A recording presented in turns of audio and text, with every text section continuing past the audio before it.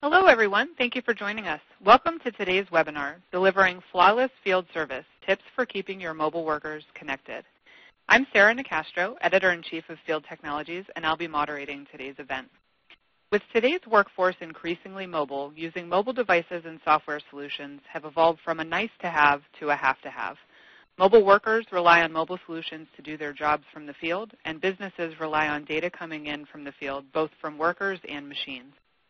Today we're going to talk about some of the top trends and issues with field mobility, as well as one of the major challenges: what happens when your workers don't have connectivity? First, you'll be hearing from Randy Reynolds, Vice President of Product Marketing at ServiceMax, who will discuss some of the trends in mobility and provide insight on how to face the reality that your workers won't always have reliable connectivity. Following Randy's presentation, Sara Cerruti, Field Service IT Manager of GE Oil & Gas's Drilling and Surface Division, will share with us how GE Oil & Gas is using today's technologies to connect their workers, data, and machines. We'll be holding a question and answer session after Randy and Sara's presentations, but feel free to submit questions as we go along. We'll get to as many as possible during the Q&A, and any that we can't get to, we'll follow up on after today's event. With that said, I'm going to turn it over to Randy to begin today's session. Randy? Great. Thanks, Sara, and welcome, Sara. We really appreciate you both contributing to this exciting topic in field service. I'd like to get things started off by offering some context around the explosive growth of connectivity via mobile devices that we're seeing being used in the enterprise. We're really at a point where consumer products are really starting to set the standards for ease of use and accessibility of information within the enterprise. Only a few short years ago, enterprise mobile apps meant BlackBerries and Windows laptops, and when was the last time you saw a BlackBerry? Now we have leading consumer products companies like Apple doing deals with leading business solutions companies like IBM, as this headline points out. And the image on the slide here is from an ad campaign where Apple is clearly pushing the iPhone as an enterprise-ready device. And another thing to think about is that's driving some of these deals and relationships is the emergence of the Millennial Population entering the workforce and demanding applications that they can use on their primary productivity device, on their smartphone, and in many cases that's an iPhone. So companies like Apple recognize this, and they're shifting a huge amount of attention toward addressing the needs of the enterprise business market. And the numbers prove this out. You know, according to Forrester Research, global businesses and governments will be spending $13 billion on Apple's iPad by 2015. And that's about a third of Apple's total tablet sales. And remember, the iPad was only launched less than 5 years ago. So this is truly an indication of some amazing growth within the enterprise for products like the iPad. Another trend that's impacting the mobile workforce is this movement toward enterprise companies supporting a bring-your-own-device, or BYOD, policy. A lot of companies initially rejected the idea of employees using their own device for business purposes.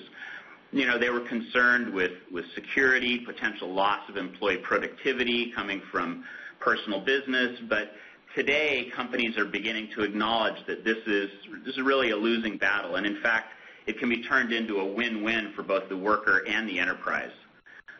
This shift from what they call corporate liability to personal liability, you know, mobile usage is now viewed as really a way to improve employee morale. It helps in recruiting efforts and can really improve worker productivity, and all while actually reducing corporate mobility-related expenses. So let's dive into the business situation that exists with these trends in mobile device usage as the backdrop. So when we look at the situation that exists today and where we're kind of doing our work, we're connected to everything that we need. And everything is really defined as the systems, the content, documentation, the subject matter experts, your go-to people. Those are all the ways that we get our jobs done.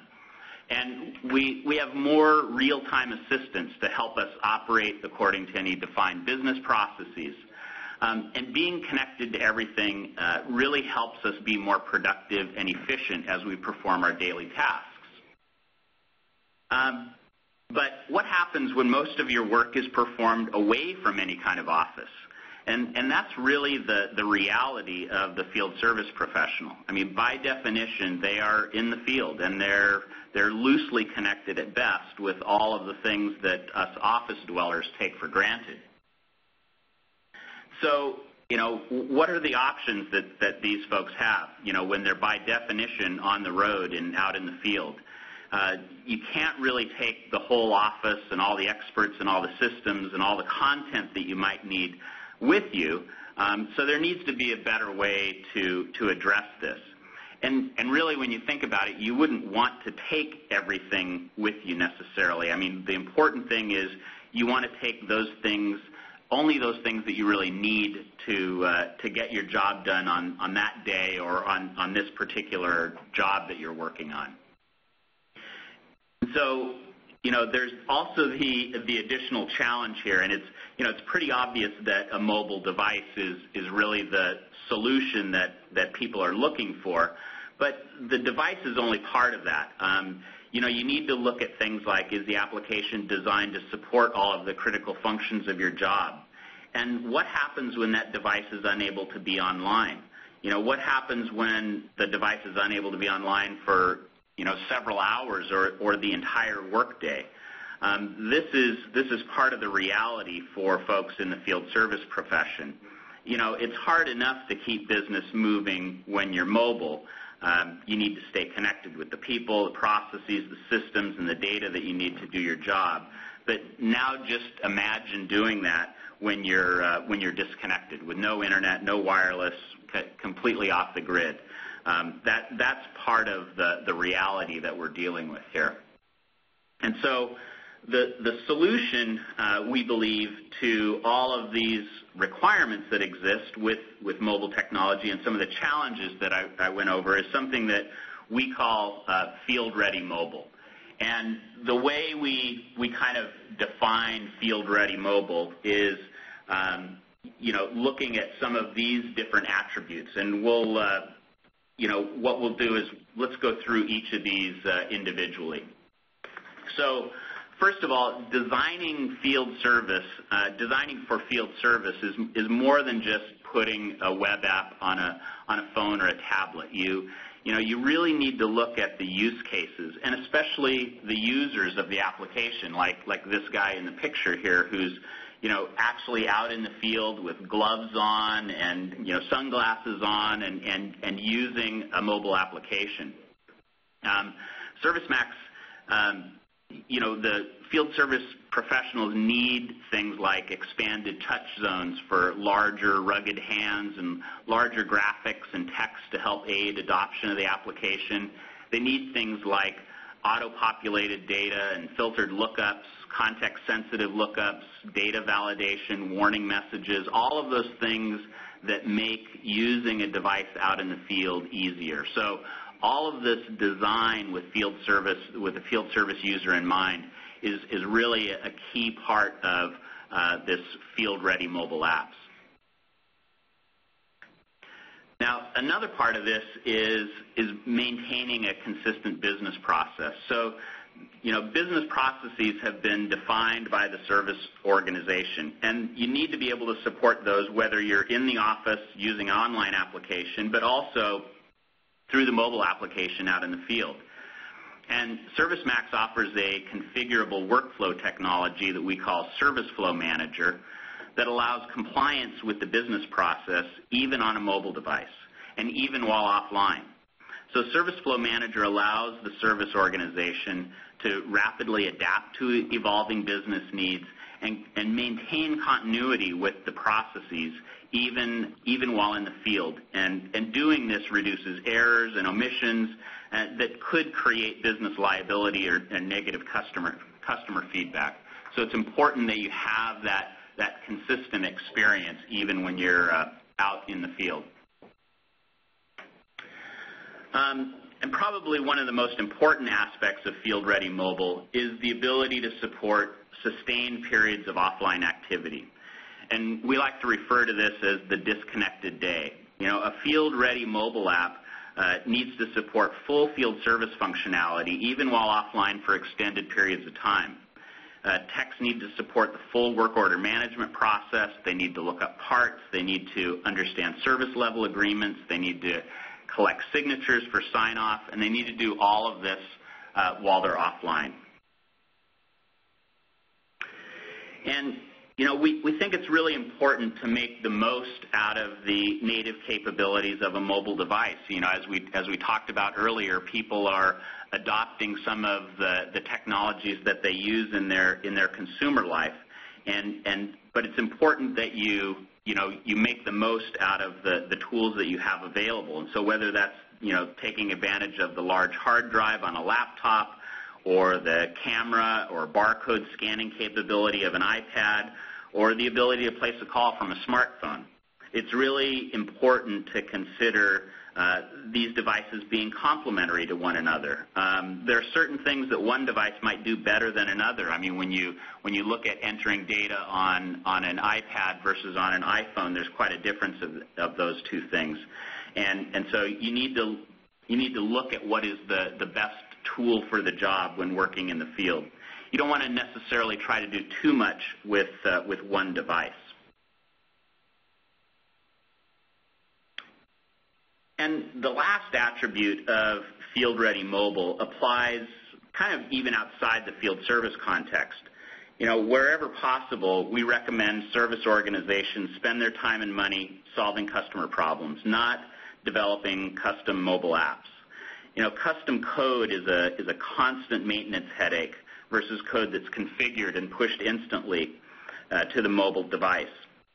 That configuration ensures consistency without the need to write new code, and that's another key aspect of a field-ready device.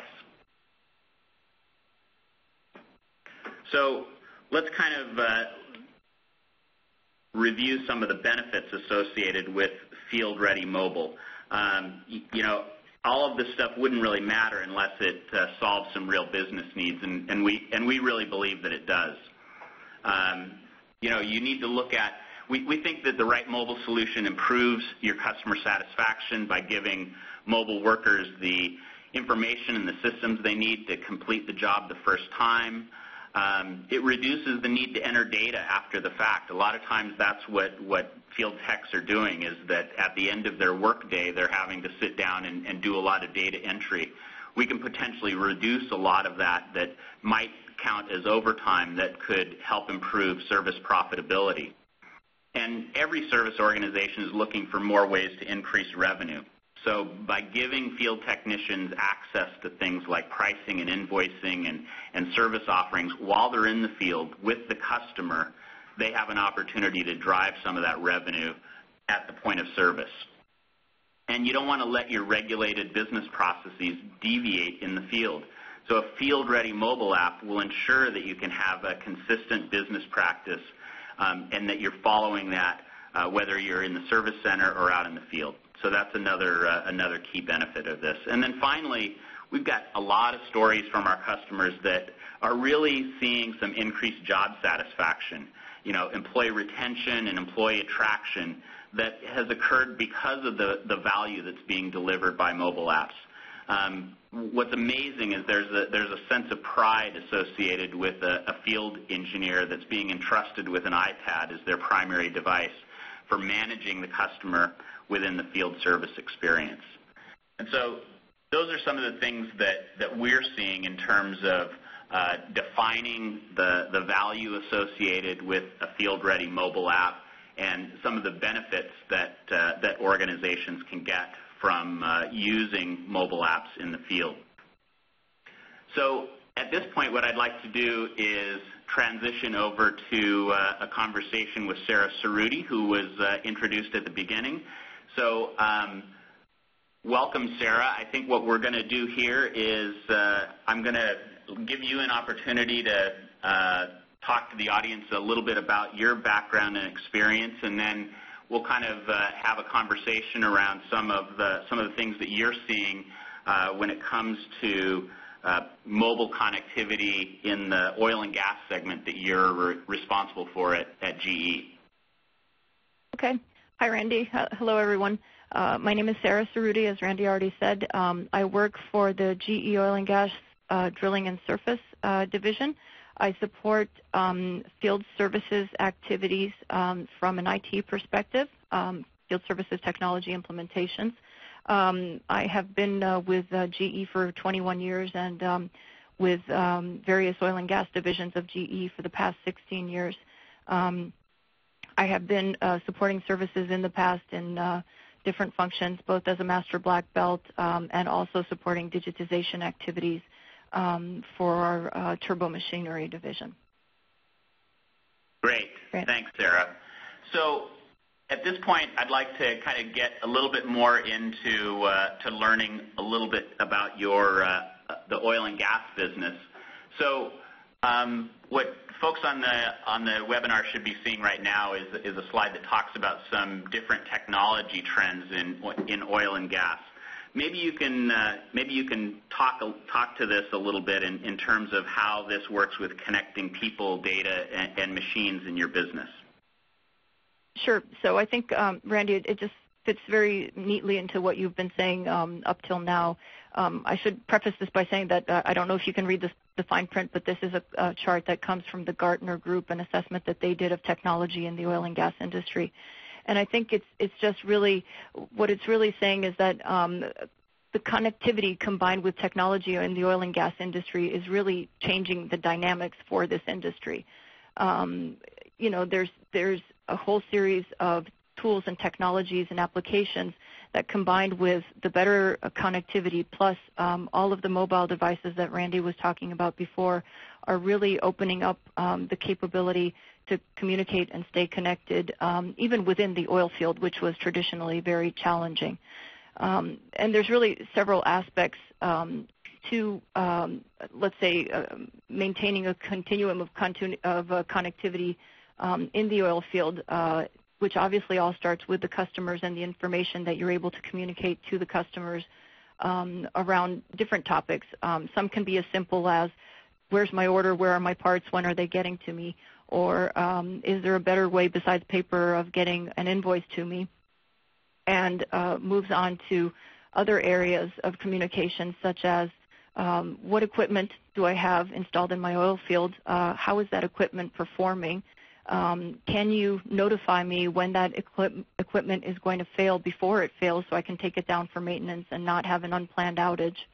And then it also moves on to how are we staying connected, to Randy's point before, with those people in the field who are supporting the customers.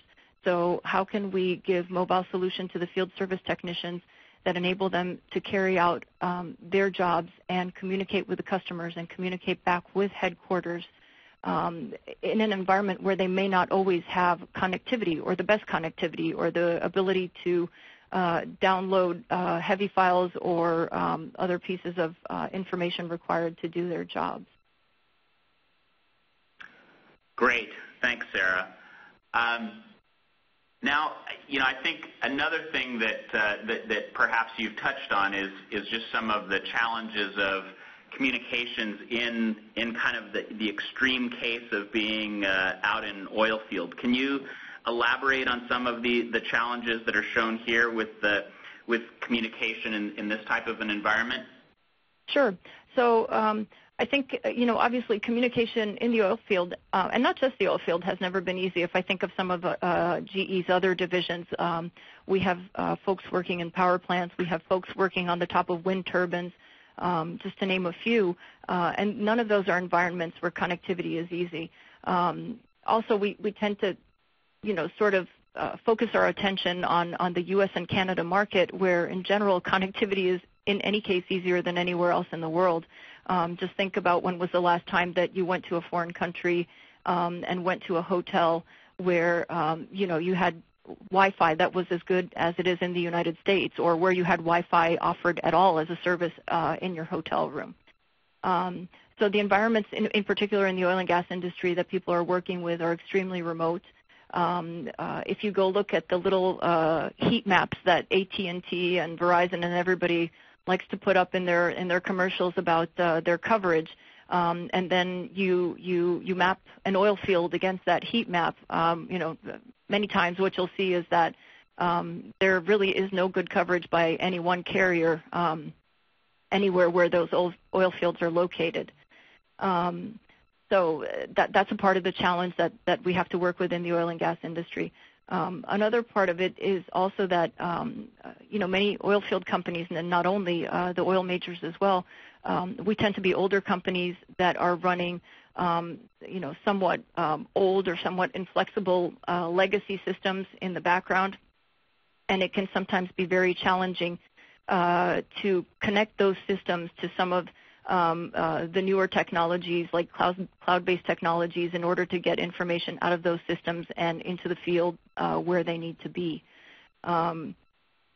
So the other part of it is also on the equipment side of things. Again, equipment in the oil field is just that. It sits in the oil field. So you have the same kind of challenges in connecting your equipment and getting data from your equipment as you do with connecting your people in the oil field.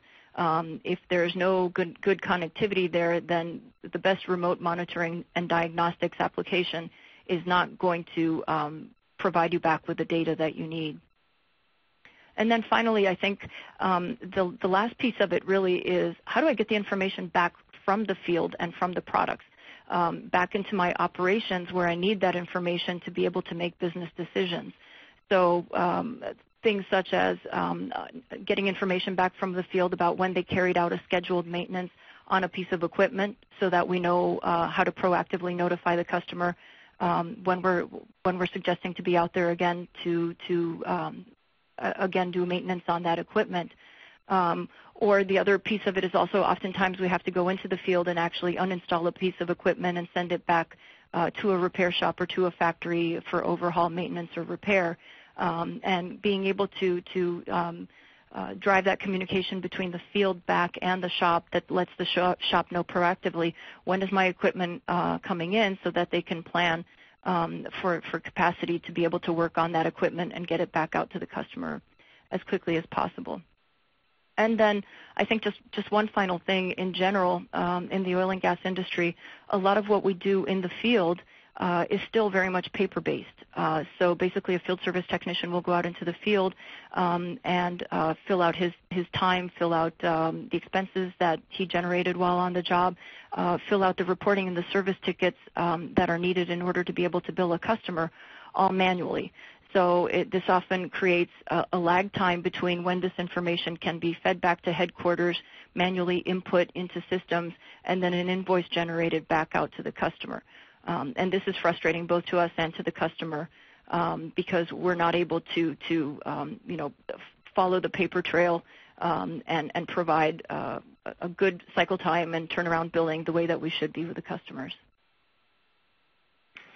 And so do you see that as a real opportunity for some of the mobile technologies that we've been talking about to replace the need for some of those paper-based processes? Absolutely. Actually, one of my colleagues just spent a significant amount of time out with customers a couple of weeks ago in the field, and the comments that consistently come back from the customers are, you're burying us in paperwork. Let's find a way to digitize these processes to get us invoicing information and our service reports back in a digitized format so that we don't have to, keep track of paper and keep track of paper invoices and manual signatures.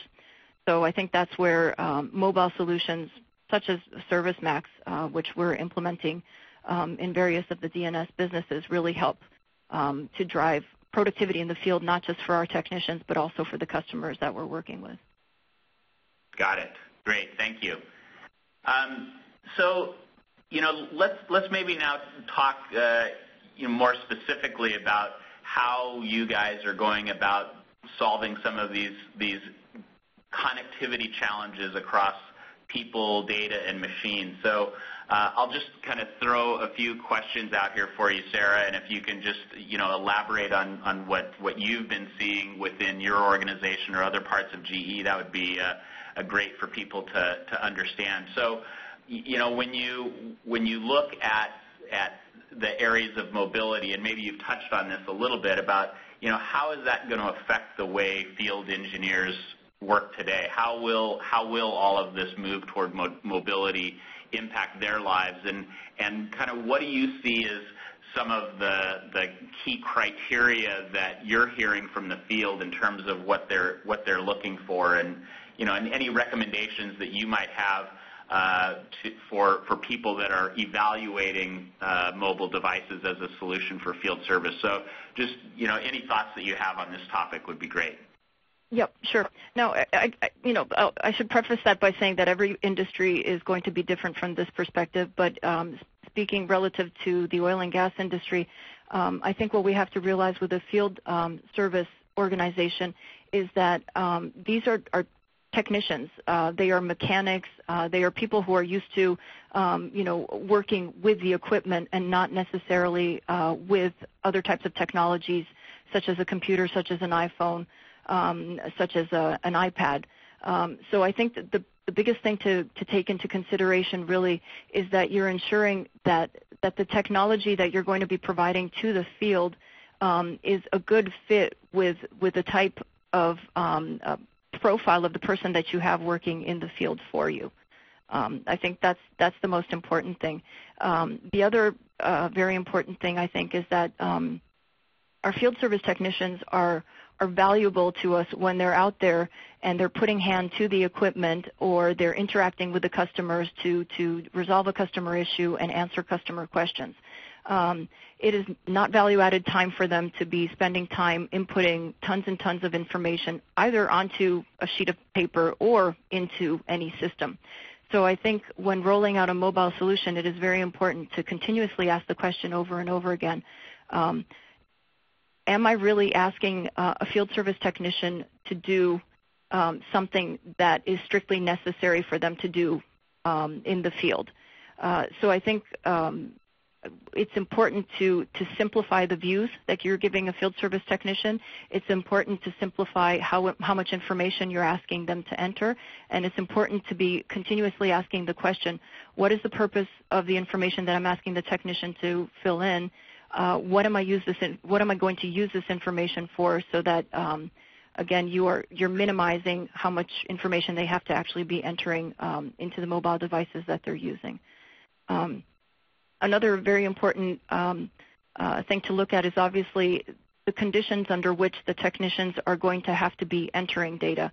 Again, if you're expecting the technicians to be able to have an offline capability and be entering data in a tool offline because of the conditions that they're working in the field, you also have to consider how long it's going to take the technician to actually synchronize that data once they're able to get connectivity. And that has two aspects to it. One of the aspects is, again, are you asking the field service technician to come back to someplace such as an office where there is Wi-Fi or connectivity, or are you asking the field service technician to, as an example, use an air card to connect in the field to synchronize and send back information? Because from our experience, that dramatically changes how much information you can be feeding to the mobile device and expecting the mobile device to feed back into your cloud-based application.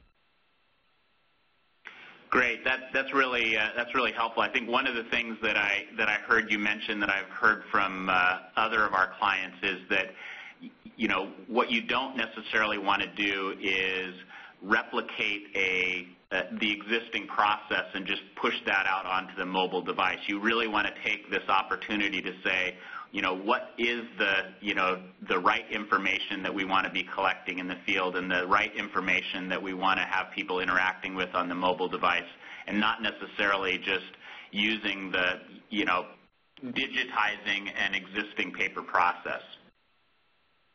Exactly, yes. And okay, I think actually, Randy, it also takes a lot of, I'm sorry to interrupt, it takes a lot of pushback on the actual users themselves when you sort of go through the requirements gathering sessions to understand exactly what is your process in the field and what do we need to digitize. It's a two-way street, two-way communication to really work with the users as well to say, okay, I understand that this is the way you do it today, but there's a better, more productive way to do it tomorrow. Great.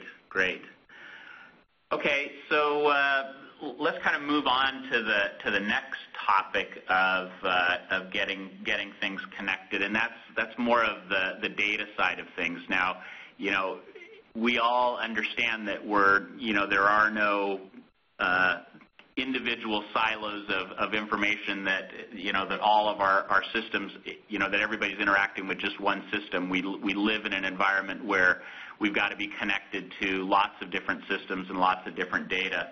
So, could you maybe talk to us a little bit about the kinds of data that you guys are collecting from the field? I think you mentioned it a little bit before in terms of the service records and history that you have when you're out servicing a piece of equipment.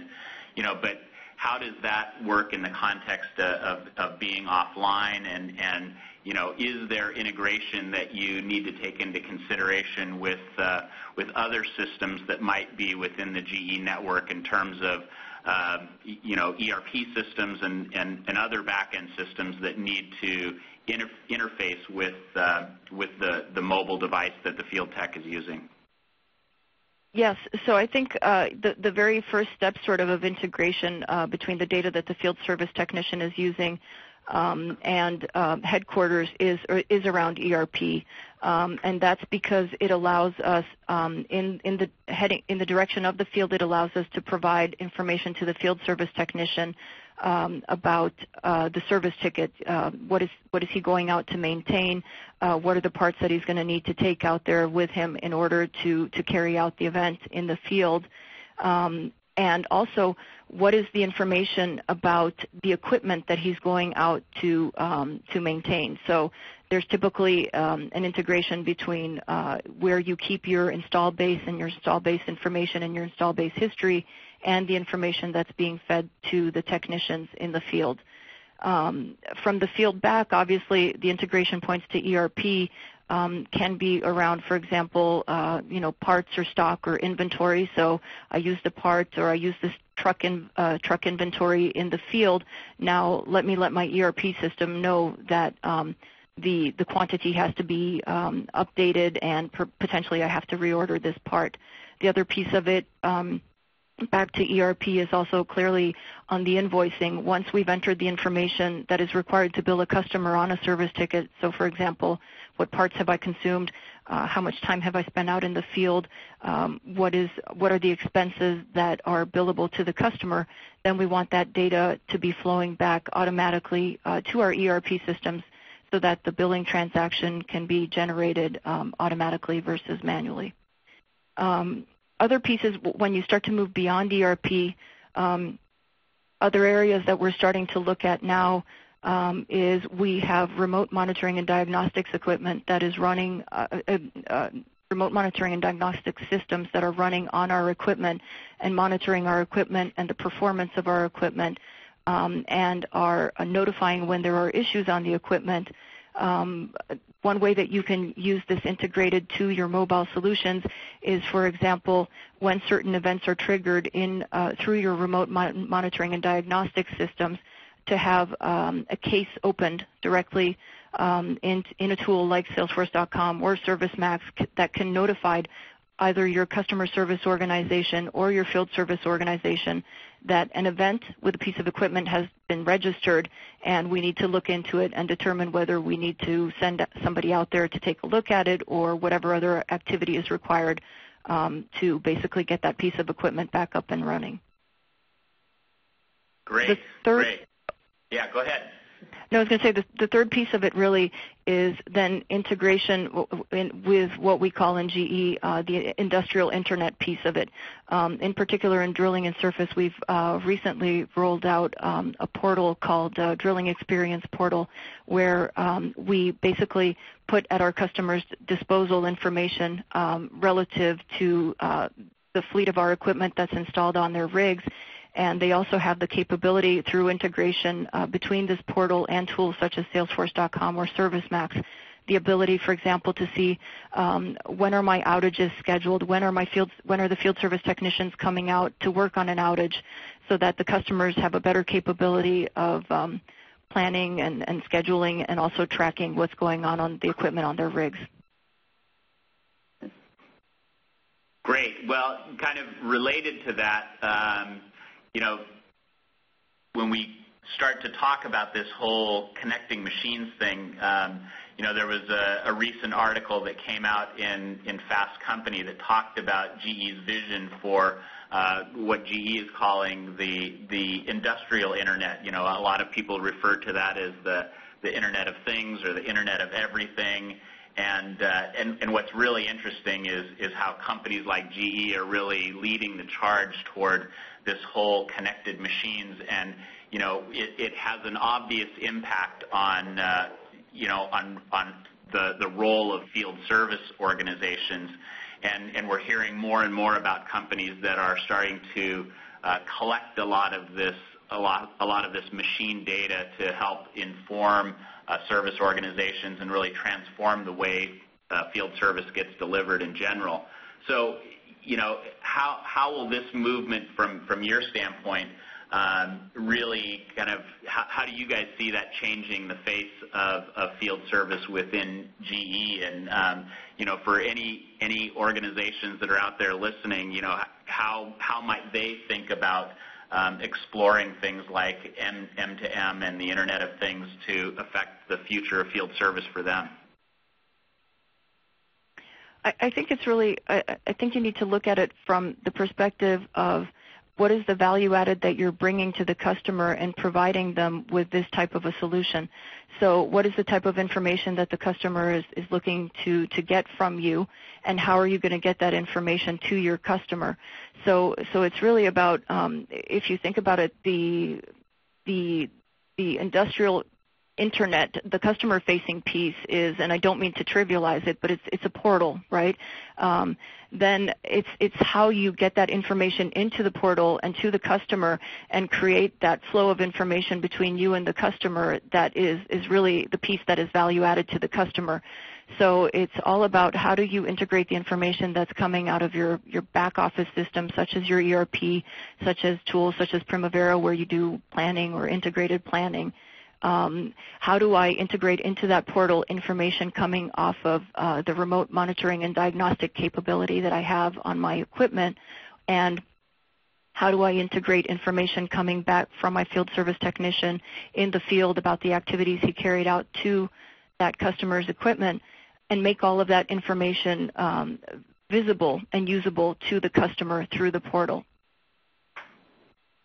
That's great. Thank you. I think this is one of the most exciting trends that we're seeing in field services going on now. I mean, certainly subject of potential another webinar that we could do in the future. The whole area of M2M and Internet of Things is definitely changing the way field service gets done. But this has been great, Sara. I really appreciate you sharing the stories and the experiences that you guys have had in terms of connecting your workforce, which I think everyone on the call would agree the environment that you guys are dealing with is definitely one of the more challenging environments for field service. So I think that if you guys can solve this, I think that says a lot for what's capable with the technology that we've been talking about today. So at this point, I will turn it back over to Sara Nicastro so that we can kind of start the Q&A section of the presentation. Thank you, Randy. I don't think I've ever done a webinar with another Sara, so it is a little bit confusing, but we'll try and make sense of it here. So great. So thank you both so much for all of the insight. We do have a couple questions here. The first one, Sara, is a pretty specific question, but we've been asked, what ERP do you use? So the answer is anything and everything. we basically have multiple P&Ls within GE Oil and Gas, not to mention GE as a whole, and we are running everything from Oracle to SAP, different versions of these tools. We also have older legacy ERPs that came into our business through acquisition, tools like JD Edwards, another ERP called Sightline. So we're on a continuous sort of path to obviously get those systems updated and get everybody running on the same system. Eventually, I think we'll drive consistency between SAP and Oracle. Okay, great. We had another question here. I'm not sure how applicable this is or if you could speak to it, but there was a question that came in talking about intrinsically safe designated areas and how you've handled that specifically in terms of mobility and mobile devices. Is that applicable to you guys, or what are your thoughts on that? Yeah, it is. It's very applicable, actually. So what we've basically done is that we just have tried to develop different scenarios that work for each individual P&L. So some of our field service techs, for example, in our drilling business, work on offshore platforms, and the challenges with being connected there are very different than the technicians who are working, for example, in an oil field, in West Texas. So essentially, there's different things that we look at in terms of solution. For the field service technicians that are working in an oil field in West Texas, what we've actually done is we've equipped their trucks with portable printers and other devices so that they can go back and capture the information on their iPads and then print off the information and leave it to the customers directly in the field. That's just one solution. We've also actually, and I think the ServiceMax team on the phone knows this, there is an oil and gas council that works with Apple, and they've been working with a couple of the different, let's say, manufacturers who provide protective, like OtterBox or these other things. And we are trying to work with them to have a pilot to create intrinsically safe covers for iPads and iPhones and so forth that can meet these requirements. But we're not there yet. There are some out there in the field that you can already use, but they're covers that cost significantly more even than an iPad does, and they render it so heavy as to take away all of the value added of having a light portable device with you. So I think the industry is evolving there, but we're not quite there yet in terms of having something that is intrinsically safe and accepted to be safe to be used, for example, on a working drill rig. Okay, great. So I guess a related question next, and not specific to intrinsically safe, but just staying on the topic of mobile devices and things like that. So Sara, I'll ask you this first as it relates specifically to GE Oil and Gas, and then Randy, maybe you can speak to what you're seeing in industry as a whole.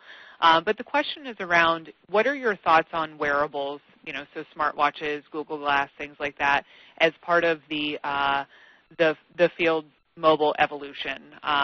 Do you think that those things are going to be useful? Do you think it's too early on? What are your thoughts on that topic? Yeah, so I was actually out working with our research center a couple weeks ago, and they showed us some applications for Google Glasses in the field. So I think it's coming, and I think it's coming sooner rather than later. I think the important thing is to segment the let's say the theory of it from the actual applicability. So in theory, Google Glasses can be worn to do pretty much anything. In reality, when you start to look at the applications in the field, you start to realize, okay, my field service technician, has greasy hands, and you're asking him to manipulate the Google Glasses with greasy hands. Or are we asking him to use the Google Glasses to do the right types of things? For example, is it realistic to think that you could project, a very detailed bill of materials for a piece of equipment that a technician is working on in the field, and have him see that well enough to be able to get any value out of it. Having said that, if you do find the right applications, things like, for example, if I have a specific series of activities that I need the field service technician to carry out in order to troubleshoot a piece of equipment, you could have those scrolling on the Google Glasses versus having the technician having to refer to a piece of paper that he has to pick up and put back down.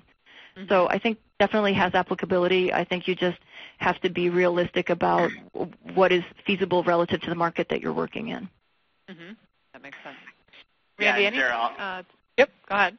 Yeah, I'll just chime in and say, we at ServiceMax think that, we're deeply involved in exploring the different use cases that apply to different wearables. And I think Sara is right on when she says that, you have to understand what is the right usage model for this, but it's something that we're very much involved in, and we're working with Google and others on a variety of technology prototypes when it comes to Google Glass. But I think to Sara's point, you have to look at what's the right use case for it. I think that we're seeing things like using the even scanning parts using Google Glass as you bring them out of a truck or something like that, so you have your hands free. Whether it's sending video back to somebody else in your organization if you're seeing something in the field that doesn't look right and you want to get some feedback on that, or accessing other information that might be difficult to get to when you're out in the field with both hands occupied. So we're definitely seeing a huge opportunity for these types of wearables within the field service industry. Great, good. So thank you to the audience for asking a lot of great questions. We have a ton of them here, and we're certainly going to get to as many as we can. So let's keep rolling. Sara, another question that came in, a really good one, and something that I think companies that haven't gone through this process yet in terms of mobilizing their workforce and arming them with these technologies are up against is, how did you justify the investment of this solution? How did you build the business case for this project? That's always the hardest bit, right? So I think really what you need to do is when you're implementing a tool such as ServiceMax, it's all about your business process. So really at the very heart of a ServiceMax implementation is really creating that value stream map of what is your process today, and then identifying from that process what are you hoping to improve by implementing a tool like ServiceMax. Once you've identified what it is, those critical things that you're hoping to improve by implementing a tool like ServiceMax, that's really going to give you the areas to focus on to then find the benefits and the justification for the investment. So it's things like my field service technicians go out into the field, and it takes them on average a week before they turn their paperwork back in. Therefore, my billing cycle days are very long. So once you look at that and look at the productivity that a tool like ServiceMax can give you, because the field service technician, the moment they're able to sync back up again, can turn in his paperwork and turn in his time and everything else that has to go into that invoice, you can really look at what is my ability to reduce my cycle time on invoicing, and what does that bring me in terms of cash. Those are just some of the areas, but really for me it's once you've identified, you have to identify your value stream, identify what you want to improve in your value stream, and then out of that will come where your productivity or your benefits are. Gotcha. Good. So another question here for you is asking, what type of communications do you primarily use in the field to bring data back to the main office? I'm not sure that I understood the question. I guess, well, I don't know if there's anything that you didn't, any details that you didn't cover in terms of the types of tools or communications that the field workers are using to send back the data. Oh, okay, got it. Yeah, so we're using a combination of different types of devices. We're using iPads or laptops.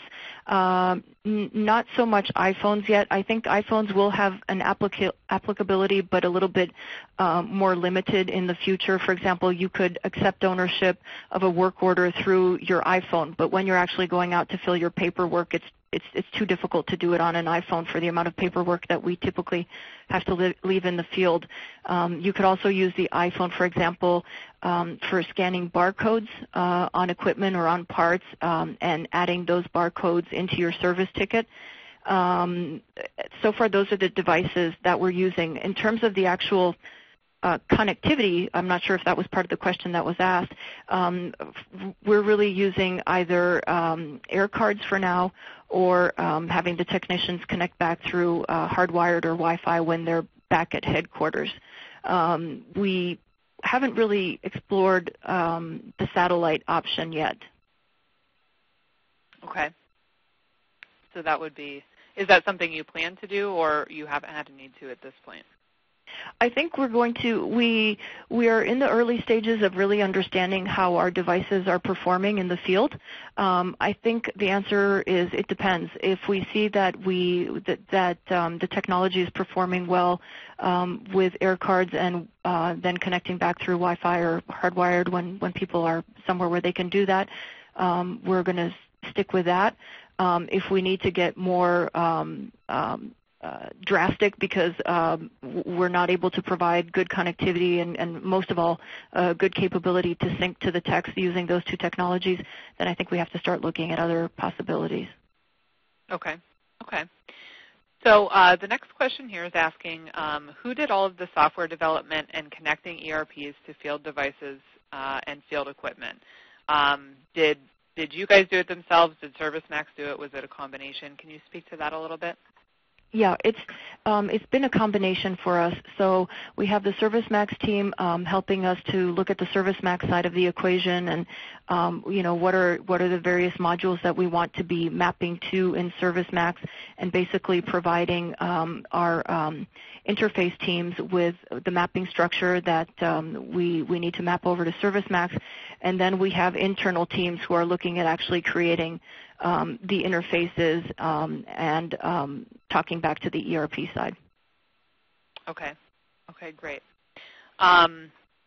Hey, Randy, quick question for you related to not the question I just asked, but the one before that. I should have done this next. When we're talking about the use of different devices in the field, what devices does the ServiceMax application support, or are there any that you don't? Yeah, actually, when it comes to mobile devices, we can support pretty much anything that is out there. We have a variety of native applications that run specifically on the iPad and on Windows laptops. But all of our applications use the HTML5 technology that allows the application to run on virtually any device, whether it's an Android or an Apple device. We actually will be launching a new application on the iPhone next month, and we'll probably be following that before the end of the year with a dedicated application that runs on Android. But as of today, ServiceMax application can run on any mobile device. Okay, perfect. Sara, next question for you says, what is your deployment strategy at GE by function versus by geography, and have you started with full integration to the back end? So let me start with the last question last. Yes, we have started with integration to the back end. We're just getting started really to look at it heavily in the past 6 months. In terms of the deployment strategy, we typically have started with one region, and then we start to deploy the tool out to more and more regions. So we use the first region to be implemented as what we call a minimum viable product. So we basically just do, for the first release, a very simple configuration. If we can, we try to do it without any interfaces and put it out there and get people to start using the tool, providing feedback. And then once we've done a first release, then we start to create the interfaces back to ERP and to the other tools that need to be integrated to ServiceMax. And then basically we use whatever the setup has been for the region to go first, to go out to the other regions and say, this is what the solution is, what needs to change for you. But I think, the nice thing about a tool like ServiceMax is that it's process-driven. And I have yet to talk to anybody from a field services perspective who has a level 0 or a level 1 even field service process that is so dramatically different that it drives you to drive a different process-based implementation of ServiceMax. What can really change sometimes is the output to the customers, so what your technicians are using through the mobile solution. Because there, for example, if you're in Latin America, your customers might want output documents in Spanish, or it could be that there are different requirements from country to country in terms of the type of documentation that you need to leave with customers. So the output can change, but typically the input is pretty similar no matter where you roll out the tool. Okay, great. Well, thank you so much. Unfortunately, we are running out of time for today, but thanks very much to Randy and to Sara for sharing such great insight with us. We really appreciate that. And hope everyone has a great afternoon. Thanks for joining us.